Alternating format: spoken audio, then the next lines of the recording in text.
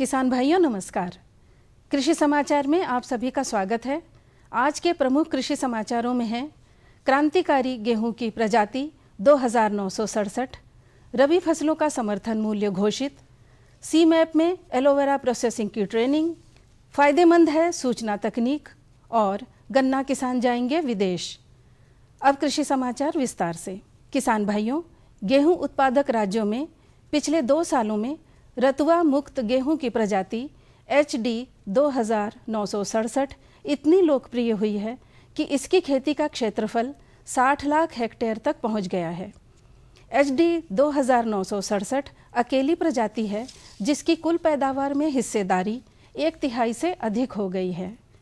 गेहूं की अच्छी उत्पादकता के साथ गुणवत्ता युक्त भूसा किसानों को दोहरा लाभ दे रहा है। इसकी लोकप्रियता का आलम यह है कि अब इसकी मांग समूचे गेहूं उत्पादक राज्यों से आने लगी है। रतुआ रोग के अलावा इस गेहूं की प्रजाति में अन्य रोगों से भी लड़ने की क्षमता विद्यमान है। इस प्रजाति की उत्पादकता 5 से 6 टन प्रति हेक्टेयर है। पंजाब में इसकी उत्पादकता 9 टन प्रति हेक्टेयर तक ली जा चुकी है। भारत सरकार ने रबी फसलों के न्यूनतम समर्थन मूल्य की घोषणा कृषि मंत्रालय, भारत सरकार के कृषि लागत एवं मूल्य आयोग की सिफारिशों के अनुसार कर दी है। गेहूं का मूल्य पिछले साल के 1400 रुपये से बढ़ाकर 1450 रुपये, जौ का MSP 1100 रुपये से बढ़ाकर 1150 रुपये, चने का मूल्य 3100 रुपये से बढ़ाकर 3175 रुपये, मसूर 2950 रुपये से बढ़ाकर 3075 रुपये, सरसों 3050 रुपये से बढ़ाकर 3100 रुपये प्रति क्विंटल कर दिया है।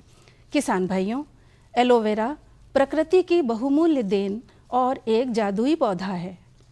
प्राचीन काल से इस पौधे का प्रयोग घावों को भरने, पेट साफ करने जैसे तमाम उपयोगों में आता है। CSIR और सी मैप यानी केंद्रीय औषधीय एवं सगंध पौधा संस्थान लखनऊ के संयुक्त तत्वावधान में पिछले दिनों एक 4 दिवसीय एलोवेरा प्रोसेसिंग ट्रेनिंग वर्कशॉप शुरू हुई। इस एलोवेरा प्रोसेसिंग ट्रेनिंग वर्कशॉप में एलोवेरा से जूस, सूप, जेल और क्रीम जैसे उत्पादों के निर्माण की जानकारी दी गई। ICT यानी सूचना एवं प्रौद्योगिकी ने ग्रामीण किसानों के लिए सीधे रोजगार और उनको बाजारों से जोड़ने की बहुत सारी संभावनाओं के द्वार खोल दिए हैं। एगमार्कनेट ने उत्पादों की उपलब्धता, उनकी कीमत, गुणवत्ता, पैक आकार, पैकिंग सामग्री, मात्रा और कितने समय में सप्लाई हो सकेगा आदि सूचनाएं ऑनलाइन उपलब्ध कराई हैं। उत्तर प्रदेश के गन्ना किसानों का एक दल आगामी 13 से 23 दिसंबर के बीच विदेश जाएगा। फिजी और ऑस्ट्रेलिया के दौरे पर जाने वाले ये गन्ना किसान इन देशों में गन्ने के होने वाली वैज्ञानिक खेती पर अध्ययन करेंगे। गन्ना उत्पादक जिलों के 20 किसानों के साथ 5 वैज्ञानिक भी इस अध्ययन दल में शामिल होंगे। किसान भाइयों, तो ये थे आज के कुछ प्रमुख कृषि समाचार। अब आइए जानकारी लेते हैं खेती बाड़ी के समसामयिक बातों की। किसान भाइयों, उचित तापमान की संभावना को देखते हुए मेथी, धनिया, सौंफ, मंगरेल आदि की बुवाई करें। अदरक, हल्दी आदि की निराई गुड़ाई करके समुचित नमी बनाए रखें। पशुओं के नवजात संतति को खीस यानी कोलेस्ट्रॉम जरूर पिलाएं। पशुओं को साफ पानी पिलाएं। इन्हें कृमिनाशक दवा पिलाएं। खुरपका, मुंह पका रोग निरोधी दवा पिलाएं। दूध दूहने से पहले पशु का थन, अपना हाथ और दूध की बाल्टी साफ करें। अब आइए जानकारी लेते हैं कुछ प्रमुख मंडियों के ताज़ा औसत भाव की।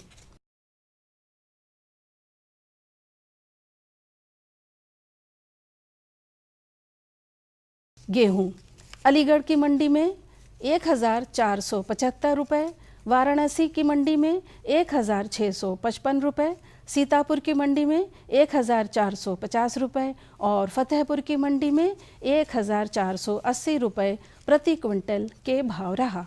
चावल अलीगढ़ की मंडी में चावल 2,000 रुपये, वाराणसी की मंडी में 1,965 रुपये, सीतापुर की मंडी में 2,107 रुपये और फतेहपुर की मंडी में 2,060 रुपये प्रति क्विंटल के भाव बिका। चना अलीगढ़ की मंडी में चना 3,420 रुपये, वाराणसी की मंडी में 3,575 रुपये और फतेहपुर की मंडी में 3,230 रुपये प्रति क्विंटल के भाव बिका। सरसों अलीगढ़ की मंडी में 3,250 रुपये, वाराणसी की मंडी में 3,635 रुपये, सीतापुर की मंडी में 3,100 रुपये और फतेहपुर की मंडी में 3,300 रुपये प्रति क्विंटल के भाव रहा। गुड़ की बात करें तो गुड़ का भाव अलीगढ़ की मंडी में 3,025 रुपये, वाराणसी की मंडी में 3,355 रुपये, सीतापुर की मंडी में 2,590 रुपये और फतेहपुर की मंडी में 3,150 रुपये प्रति क्विंटल के भाव बिका। आलू अलीगढ़ की मंडी में आलू 1,640 रुपये, वाराणसी की मंडी में आलू 1,870 रुपये, सीतापुर की मंडी में 1,650 रुपये और फतेहपुर की मंडी में आलू 1,880 रुपये प्रति क्विंटल के भाव बिका। प्याज अलीगढ़ की मंडी में 1,500 रुपये, वाराणसी की मंडी में 1,820 रुपये, सीतापुर 1,450 रुपये और फतेहपुर की मंडी में आलू 1,625 रुपये प्रति क्विंटल के भाव बिका। टमाटर की बात करें तो अलीगढ़ की मंडी में टमाटर 980 रुपये, वाराणसी की मंडी में 1,100 रुपये, सीतापुर की मंडी में 850 रुपये और फतेहपुर की मंडी में 830 रुपये प्रति क्विंटल के भाव रहा। सेब अलीगढ़ की मंडी में 5,325 रुपये, वाराणसी की मंडी में 6,210 रुपये, सीतापुर की मंडी में 5,300 रुपये और फतेहपुर की मंडी में 5,800 रुपये प्रति क्विंटल के भाव बिका। किसान भाइयों, ये थे आज के कृषि समाचार और मंडी भाव। अगले अंक में हम फिर आपके लिए लेकर आएंगे खेतीबाड़ी से जुड़ी नई नई जानकारियाँ। तब तक के लिए हमें दीजिए अनुमति। नमस्कार।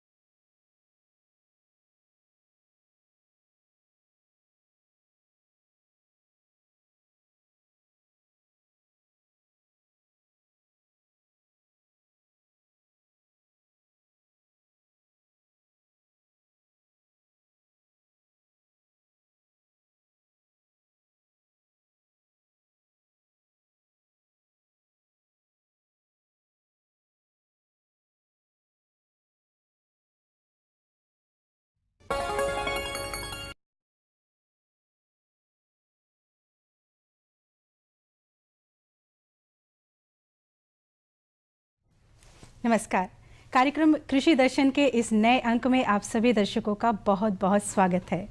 हमारी यही कोशिश रहती है कि हम हर कार्यक्रम में आपको उपयोगी जानकारी दें। इसी के तहत आज के कार्यक्रम में हम चर्चा करेंगे फल एवं सब्जियों में रासायनिक अवशेषों को समाप्त कैसे करें। और इस बारे में जानकारी देने के लिए हमने अपने स्टूडियो में आमंत्रित किया है जिला कृषि रक्षा अधिकारी बहराइच से डॉक्टर संजय कुमार त्रिपाठी को। डॉक्टर साहब, स्टूडियो में आपका बहुत बहुत स्वागत है। और इससे पहले कि हम चर्चा आरंभ करें, हम अपने किसान मित्रों को फ़ोन नंबर बता देते हैं ताकि वो अपने इन नंबरों के द्वारा अपनी शंकाओं का समाधान कर सकें। 0522 22889698। हमारा दूसरा फ़ोन नंबर है 0522 2205756 और हमारा टोल फ्री नंबर है 1800-180-5233। तो हम आशा करते हैं कि हमारे मित्रों ने ये नंबर नोट कर लिया होगा और इसी पे अपनी शंकाओं का समाधान करेंगे। डॉक्टर साहब, सबसे पहले तो हम आपसे ये जानकारी चाहेंगे कि जब हम मार्केट जाते हैं, फल और सब्जियों की चमक और ख़ूबसूरती देख के हम उन्हें ख़रीद तो लेते हैं, लेकिन हम ये नहीं पहचान कर पाते हैं कि उनमें रासायनिक अवशेषों का प्रयोग किया गया है या नहीं किया गया है। तो हम पहला प्रश्न ये पूछेंगे कि फल एवं सब्जियों में किस तरह के कीटनाशक रसायनों का उपयोग किया जाता है? देखिए, जहाँ तक कीटनाशक रसायनों के उपयोग की बात है, हमारे किसान भाई जो है कीटनाशक रसायन बहुतायत से प्रयोग करते हैं जी। जो मुख्य रूप से कीटनाशक रसायन है वो 4 ग्रुप में पाए जाते हैं: आर्गेनोक्लोरीन, आर्गेनोफॉस्फेट, सिंथेटिक पायरेथ्राइड और कार्बामेट। जहाँ तक आर्गेनोक्लोरीन की बात है, आर्गेनोक्लोरीन तो बैंड है जिसमें डीडीटी, बीएससी वगैरह आता है, एंड्रीन, डाईएल्ड्रीन, इस टाइप की दवाइयाँ हैं, तो ये बैंड है, भारत सरकार ने इसको प्रतिबंधित कर रखा है। आर्गेनोफॉस्फेट, सिंथेटिक पायरेथ्राइड और कार्बामेट ग्रुप की जो दवाइयाँ हैं वो किसान प्रयोग करते हैं। इसमें किसान जो प्रयोग करते हैं सिंथेटिक पायरेथ्राइड ग्रुप की जो दवाइयाँ हैं वो पहले यूज करते हैं। बहुतायत से हमने देखा है कि किसान भाई इसका प्रयोग करते हैं। इसमें साइपरमेथ्रिन इत्यादि दवाइयाँ आती हैं और ये साइपरमेथ्रिन जो ये आपको बता दें कि ये मोस्ट विषैला ग्रुप होता है। ये इस ग्रुप की जो सिंथेटिक पायरेथ्राइड ग्रुप की दवाइयाँ हैं, रासायनिक कीटनाशक जो ये हैं, ये सबसे ज़्यादा जहरीले होते हैं। और जहरीले होने के साथ साथ जब ये जहरीले होते हैं तो स्वाभाविक है कि इनका जब प्रयोग हम अपने फलों और सब्जियों पर करेंगे, फसलों को तो नुकसान होता ही होता है, साथ साथ हमारे मानव स्वास्थ्य को भी बहुत ज़्यादा नुकसान पहुंचता है और साथ ही साथ हमारा पर्यावरण भी जो है वो प्रदूषित होता रहता है। जी डॉक्टर साहब, पहले के ज़माने में तो लोग कुदरती खाद का उपयोग किया करते थे, लेकिन अच्छी तकनीक का इस्तेमाल लोग करना चाहते हैं और अच्छी फसल लेना चाहते हैं। तो आपकी समझ से किन किन ऐसे रसायनों का उपयोग हमारे किसान भाई कर रहे हैं जिससे उन्हें फसल तो मिल रही है, लेकिन जो हमारे आम जनता है जो उन्हें इस्तेमाल कर रही है उनके स्वास्थ्य पे ख़राब असर पड़ सकता है? देखिए, जो ये आपका सवाल है इसमें जो पहले के समय डॉक्टर साहब, आपको रोकना चाहेंगे, इलाहाबाद से हमारे एक कॉलर हमें फ़ोन कर रहे हैं। जी बताएं, अपना प्रश्न पूछें। कुमार यादव कौशाम्बी से बोल रहा हूँ। जी यादव जी, बताइए। मैं मैडम ये जानना चाहता हूँ कि हमारे कौशाम्बी में मिर्चा की खेती बहुत ज़्यादा होती है जी, तो सर इसमें रासायनिक खादों को बहुत ज़्यादा प्रयोग होता है, इससे क्या नुकसान जी हो सकता है सर? जी जी इसके विषय में जानना चाहता हूँ। जी डॉक्टर साहब, ये प्रश्न कर रहे हैं कि रासायनिक उर्वरकों का प्रयोग बहुत ज़्यादा हो रहा है खेती में। कौशाम्बी से ये बात कर रहे हैं। कौन सी यादव जी, मिर्च की फसल है इनकी। मिर्च की फसल है, तो मिर्च की फसल है तो यादव जी हम आपको बताना चाहेंगे कि रासायनिक उर्वरकों का जो इस्तेमाल हो रहा है, उन रासायनिक उर्वरकों का इस्तेमाल आप कम कर दीजिए। और हम आपको सुझाव देते हैं कि आप सड़ी गोबर की खाद, जिसमें 2 किलोग्राम ट्राइकोडर्मा पाउडर ले लीजिए और इसको मिला लीजिए। मिला करके 50 किलोग्राम सड़ी गोबर की खाद होगी, मिला करके इसको 1 सप्ताह तक छाये में छोड़ दें और उसके बाद इसको अपने 1 एकड़ खेत में प्रयोग करें। आप रासायनिक उर्वरकों का इस्तेमाल बिल्कुल ही बंद कर दीजिए। आपको देखिए करके आपको इससे ज़्यादा सफलता मिलेगी और आपको इससे पैदावार भी अच्छी मिलेगी। और साथ साथ आपको ये भी बता दें कि इसमें जो आपका जो फंगल डिजीज लगता है ना, जो फंगस जो मिर्च में फंगल डिजीज लगती है वो भी समाप्त हो जाएगी, वो भी नहीं लगेगी। जी किसान भाइयों से हमारा एक अनुरोध है कि जब भी वो अपना प्रश्न करें, फ़ोन करें, तो अपने टीवी का वॉल्यूम थोड़ा सा कम कर दें, इससे हमें आपके प्रश्न बिल्कुल साफ सुनाई देंगे।